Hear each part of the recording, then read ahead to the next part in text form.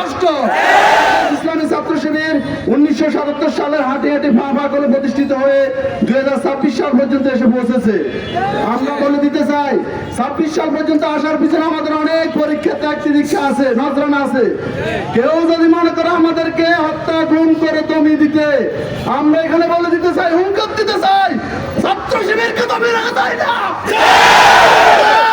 কেউ যদি চিন্তা করে এই চিন্তা ব্যর্থ চিন্তা, ব্যর্থ স্বপ্ন।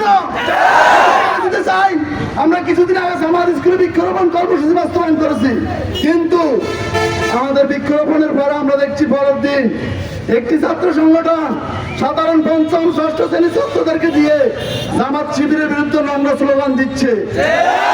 এটা বলে দিতে চাই, আমরা সময় নিয়েছি, আমরা প্রশাসনের দিকে তাকিয়ে আছি, আমরা শিক্ষা প্রতিষ্ঠান কর্তৃপক্ষের দিকে তাকিয়ে আছি, তারা কি সিদ্ধান্ত নেয়। যদি ওনারা যথাযথ সিদ্ধান্ত না নিতে পারে, সাধারণ ছাত্ররা এটার অগ্রিম বিচার ভবিষ্যতে ইনশাল্লাহ করবে। আরো কিছু বলে দিতে চাই, সম্মানিত উপস্থিতি, মাদক আমাদেরকে ধ্বংস করে দিচ্ছে, কিন্তু আমরা দেখতে পাচ্ছি আমাদের জেলায় সহ সারা বাংলাদেশে মাদকের বিরুদ্ধে দলীয় সরকারের যে নেতৃবৃন্দ তারা বক্তব্য দিচ্ছে, কিন্তু এটা দিচ্ছেন ওপেন ময়দানে বক্তব্য, গোপনে ওনারাই মাদক নিয়ন্ত্রণ করে। আমাদের দল নিয়ন্ত্রণ হয় মাদকের টাকা দিয়ে। আমাদের কাছে স্পষ্ট, শুধু নয় জাতির কাছে স্পষ্ট।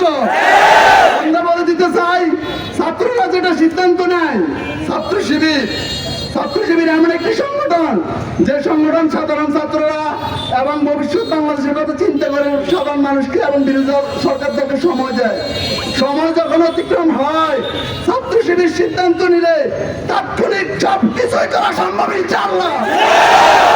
কেউ আমাদের দিকে আঙুল তুলে তাকাবেন না, আঙুল থাকবে না। আমাদের দিকে সব তুলে তাকাবেন না, সব থাকবে না। তবে আমরা শৃঙ্খলিত সংগঠন, বিশৃঙ্খলা আমাদেরকে করা শিখাবেন না। আমরা যেরকম শৃঙ্খলায় সেরা, আদেশ আসলে আমরা বিশৃঙ্খলায় সেরা।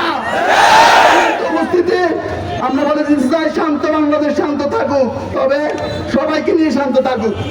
আমরা বলে দিতে চাই, শান্ত বাংলাদেশ শান্ত থাকুক, প্রশাসন নির্ভর থাকুক। আমরা সুরে ছাড়া দেখতে চাই না। প্রশাসনের